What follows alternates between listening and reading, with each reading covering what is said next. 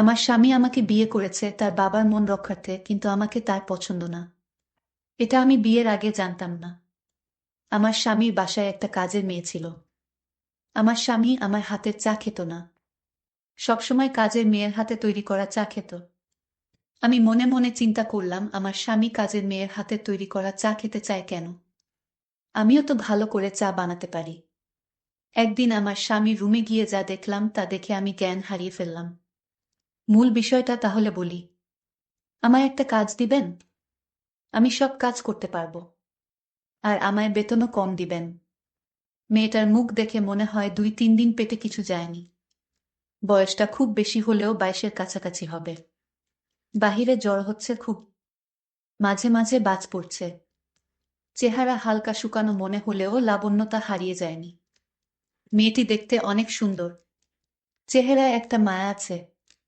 মোল্লা বাড়ির বর কর্ত্রীও সেই মায়া থেকে রক্ষা পেলেন না। তার মনে মেয়েটার জন্য অদ্ভুত একটা অনুভূতির জন্ম হয়। তিনি বললেন, তুমি কি রান্না করতে পারো? জি, পারি। ঠিক আছে। আমার ছেলের বিয়ে। রান্নার জন্য লোক নেওয়া হয়েছে। তুমি তাদের হাতে হাতে সাহায্য করবে। পাশাপাশি অন্যান্য যেই কাজগুলো রয়েছে সেগুলো করবে। কিন্তু বিয়ের অনুষ্ঠান শেষ হলে তোমায় চলে যেতে হবে না। তুমি আমাদের বাড়িতেই কাজ করবে। জি। তাহলে ভিতরে গিয়ে কাজে লেগে পড়ো। আর হ্যাঁ, আগে মাথা ভালো করে মুছে কিছু খেয়ে নাও। মেয়েটা ছল ছল চোখে বাড়ির বর কর্ত্রীর দিকে তাকালো। যেন অশেষ কৃতজ্ঞতা প্রকাশের প্রতীক স্বরূপ এখনই তার চোখ থেকে জল গড়িয়ে পড়বে। বাড়ির বর কর্ত্রী বললেন, আমি বাড়ির কাউকে ডাক দিচ্ছি। সে তোমাকে ভিতরে নিয়ে গিয়ে সব বুঝিয়ে দিবে। বর কর্ত্রীর ডাক শুনে বাড়ির ভিতর থেকে একটা মেয়ে বেরিয়ে এলো। বয়সটা খুব বেশি হলে 18-19 হবে। পরনের পোশাক বেশ দামি। গলায় স্বর্ণের অলংকারও পরা। মনে হয় এই পরিবারেরই কোনো সদস্য হবে, বা কোনো আত্মীয় হতে পারে। মেয়েটা এসেই বলল, ফুপি, আমায় ডেকেছ? হ্যাঁ রে। শোন, এই মেয়েটা আজ থেকে আমাদের বাড়িতে কাজ করবে। ওকে ভিতরে নিয়ে গিয়ে আগে কিছু খাওয়াবি, তারপর কাজগুলো বুঝিয়ে দিবি। ঠিক আছে ফুপি। মেয়েটা বাড়ির ভিতরের দিকে গেল। বাড়ির বর কর্ত্রী এতক্ষণ লক্ষ্য করেননি, কিন্তু এবার তিনি লক্ষ্য করলেন মেয়েটার চেহারাটা অনেক সুন্দর। শহরের সবচেয়ে বড় বিজনেসম্যান হিসেবে যদি কারো নাম সবার আগে আসে, তাহলে নিঃসন্দেহে তিনি হলেন মোহাম্মদ কাশেম মোল্লা। আর তার স্ত্রী হলেন আফসানা বেগম। মোল্লা বাড়ির বরকর্তা হলেন মোহাম্মদ কাশেম মোল্লা এবং বরকর্ত্রী হলেন আফসানা বেগম। শহরের মাঝখানে 3 তলা বিশিষ্ট বড় একটা বাড়ি আলো ঝলমল করছে। শান শওকত ও আভিজাত্যের ছোঁয়া পাওয়া রাজকীয় এই বাড়িতে বিয়ের আমেজ। বাড়ির একমাত্র ছেলে সোহাগ মোল্লার বিয়ে। আত্মীয় স্বজন ও তাদের কোলাহলে মুখর পুরো মোল্লা বাড়ি। সোহাগ নিজের ঘরে পোশাক পরে রেডি হচ্ছে। বাহিরে বন্ধুদের সাথে আড্ডা আছে। সোহাগ দেখতে অনেক স্মার্ট, যে কোন মেয়ে তাকে পছন্দ করবে। তার বয়স 25 পেরিয়েছে।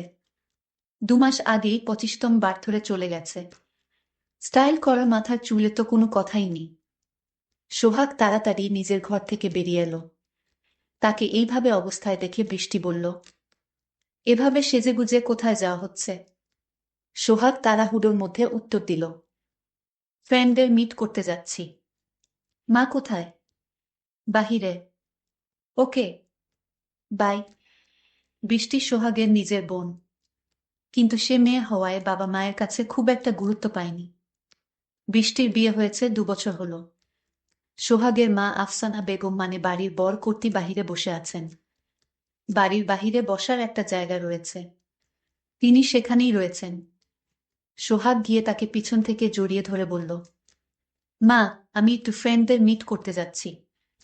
আর 2 দিন পর তোমার বিয়ে। আজ আবার কিসের ফ্রেন্ড? সবাই তো এখানেই রয়েছে। মা, ওরা বিদেশ থেকে আসছে। ওদের মিট তো করতেই হবে। তাছাড়া কোম্পানির একটা ডিলও রয়েছে। বাপ ছেলে শুধু কোম্পানি নিয়েই থাকো। আমি কিন্তু স্পষ্ট বলে দিচ্ছি সোহাগ, বিয়ের পর অবন্তীকে সময় দিতে হবে।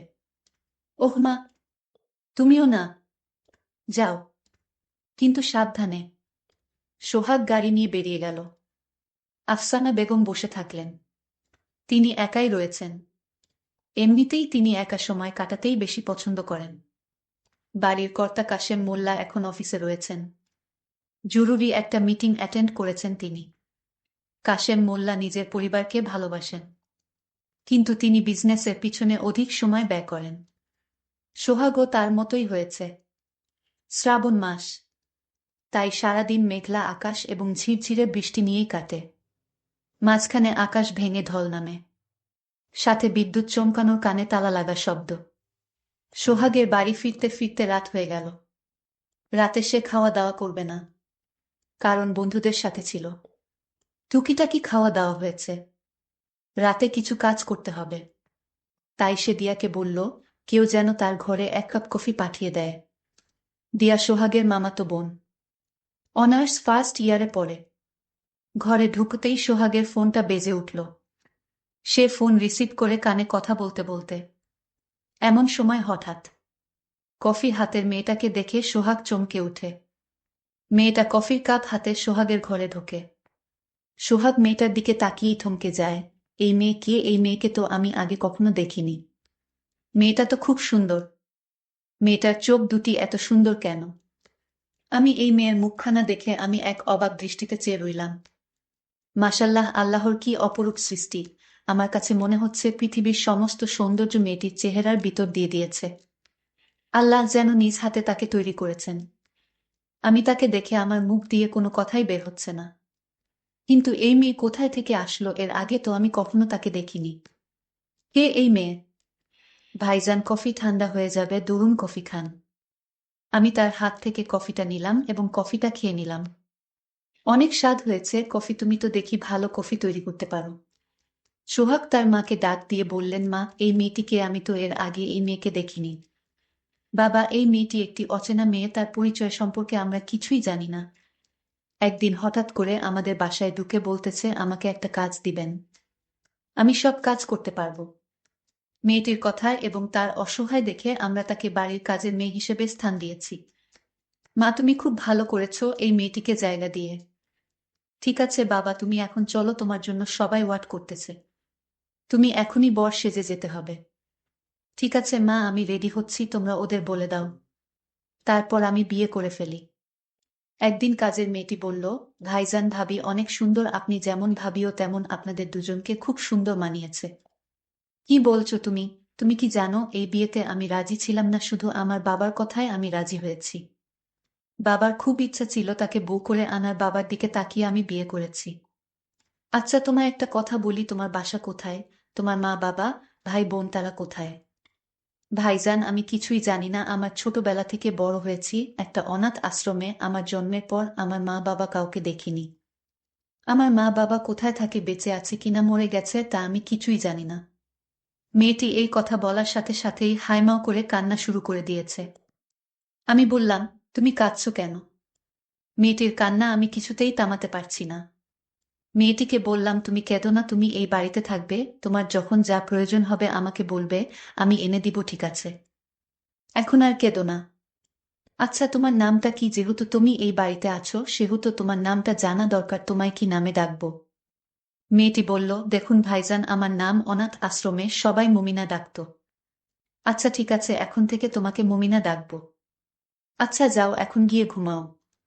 পরদিন সকালে দেখি ভাইজান ভাবির লগে কি নিয়ে যেন কথা কাটাকাটি করতেছে।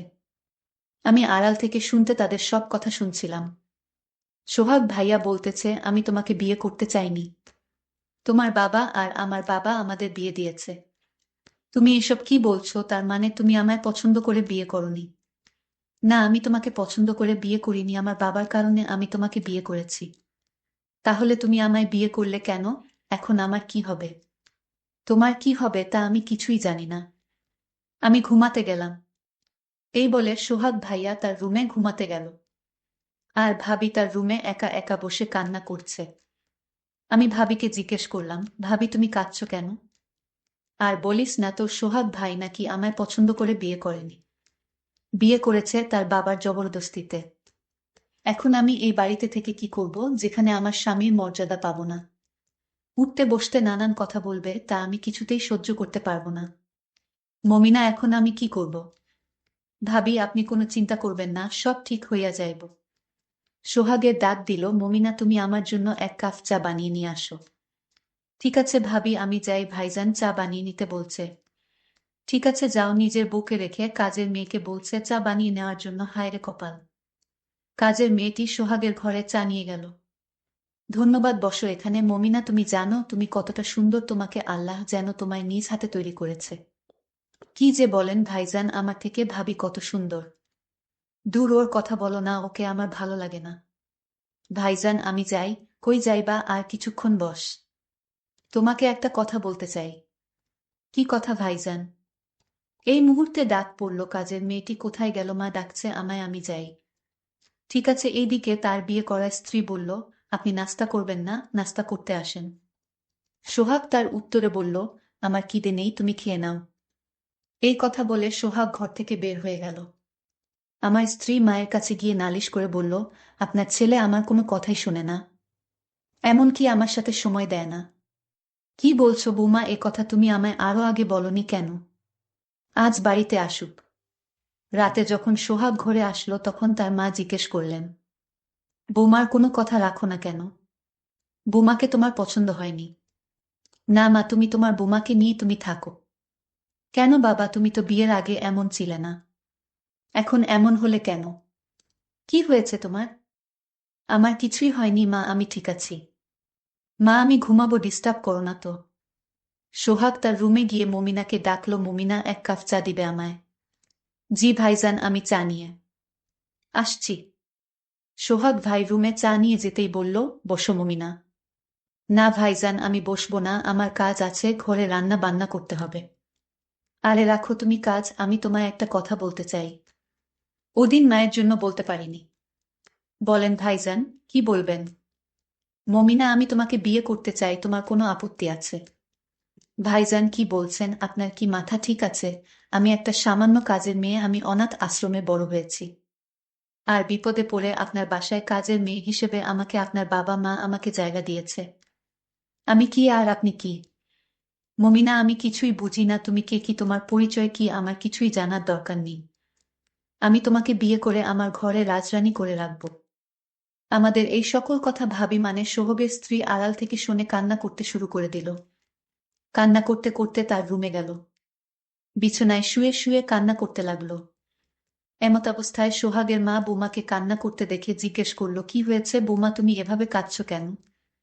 এইভাবে কেন কাঁদছি? আমার সাথে আসুন, দেখুন নিজ চোখে কাজের মেয়ের সাথে আপনার ছেলে রোমান্টিক গল্প করছে। তাকে সে বিয়ে করতে চায়। আমি তাদের সব কথা শুনেছি। সোহাগের মা রাগান্বিত হয়ে ডাক দিল, এই মেয়ে, কাজের মেয়ে, আমি তোকে আমার বাড়িতে জায়গা দিয়ে কি ভুল করেছি? তুই আমার ছেলের সাথে গল্প করার জন্য এখানে এনেছি? আমার ছেলেকে বিয়ে করার স্বপ্ন দেখছিস? না মা, আমি আপনার ছেলেকে বিয়ে করতে চাইনি, আপনার ছেলে আমাকে বিয়ে করতে চায়। এই কথা বলতেই সোহাগের মা আমাকে একটা থাপ্পড় মেরে বলে, বের হ আমার বাড়ি থেকে। সোহাগ তখন বলল, মা, মমিনা এই বাড়িতেই থাকবে। মমিনাকে আমি ভালোবাসি মা। আমি তাকে বিয়ে করে এই বাড়িতে রাখতে চাই। আমি তা কিছুতেই হতে দিব না, আমি বেঁচে থাকতে। মা চুপ, তুই আমাকে মা বলে ডাকবি না। মায়ের কথা শুনে সোহাগ স্তব্ধ হয়ে গেল। ঠিক আছে মা, আমি এই বাড়িতে থাকব না। মমিনা বলল, ভাইজান আমার জন্য আপনি এই বাড়িতে থাকবেন না কেন? আপনি থাকেন, আমি বাড়ি থেকে চলে যাচ্ছি। না মমিনা, তুমি থাকো। এই বলে সোহাগ চলে গেল। এই দিন সোহাগ রাতে বাড়িতে ফিরেনি। মা তার বৌমার রুমে গিয়ে বলল, সোহাগ আসছে। না মা, সোহাগ তো এখনো ফিরেনি। মমিনাকে ডাক দিয়ে বলল, সোহাগ কোথায়? আমি তো জানি না মা। পরের দিন সকালে লোকে বলাবলি করতে লাগলো, এটা কে মাটিতে পড়ে রইল? কাছে গিয়ে দেখে, হায় হায়, এটাতে মোল্লার ছেলে সোহাগ। ও এভাবে মাটিতে পড়ে রইল কেন? কাছে গিয়ে দেখে সোহাগ দুনিয়াতে নেই, মইরা পইরা রইছে। আর তার হাতের মুঠোতে একটা চিঠি দেখতে পেল। লোকজন সোহাগকে নিয়ে বাড়ির সামনে রাখল। সোহাগের মা কোথায়? আপনি, আপনার ছেলে মইরা গেছে। সোহাগের মা দৌড়ে এসে সোহাগের মুখটা দেখে মা জ্ঞান হারিয়ে ফেলল। একটা লোক বলল, ওনার স্ত্রী কোথায়? ওনাকে ডাক দেন তো। সোহাগের স্ত্রী কান্না করতে করতে আসলো। লোকটি তার হাতে চিঠি দিয়ে বলল, মৃত অবস্থায় তার হাতে আমরা এই চিঠি পেলাম। চিঠিটা খুলে দেখল, চিঠিতে লিখা, মা, আমাকে ক্ষমা করে দিও, আমি তোমাকে কষ্ট দিতে চাইনি। আর আমি যেদিন কাজের মেয়েটিকে দেখেছিলাম সেদিন থেকেই ভেবেছিলাম তাকে আমার করে নিব, কিন্তু তা আমার কপালে নেই। মা, তোমার কাছে একটা অনুরোধ, মমিনাকে একটা ভালো ছেলে দেখে বিয়ে দিয়ে দিও, তাহলে আমার আত্মা শান্তি পাবে। মায়ের জ্ঞান ফিরতেই তার স্ত্রী মায়ের হাতে চিঠিটা ধরিয়ে দিল। মা চিঠিটা পড়ে কান্না করতে করতে বলল, বাবা, তুই আমার উপর অভিমান করে চলে গেলে। প্রিয় দর্শক বন্ধুরা, তোমাদের সকলের উদ্দেশ্য করে বলতে চাই, তোমরা সোহাগের মতো এমন কাজ করবে না। ভালোবাসার জন্য এভাবে নিজেকে শেষ করতে নেই, তাহলে আখেরাত এবং দুনিয়া দুটোই হারাবে। বন্ধুরা, গল্পটি কেমন লাগলো তা অবশ্যই কমেন্ট করে জানাবেন। ধন্যবাদ।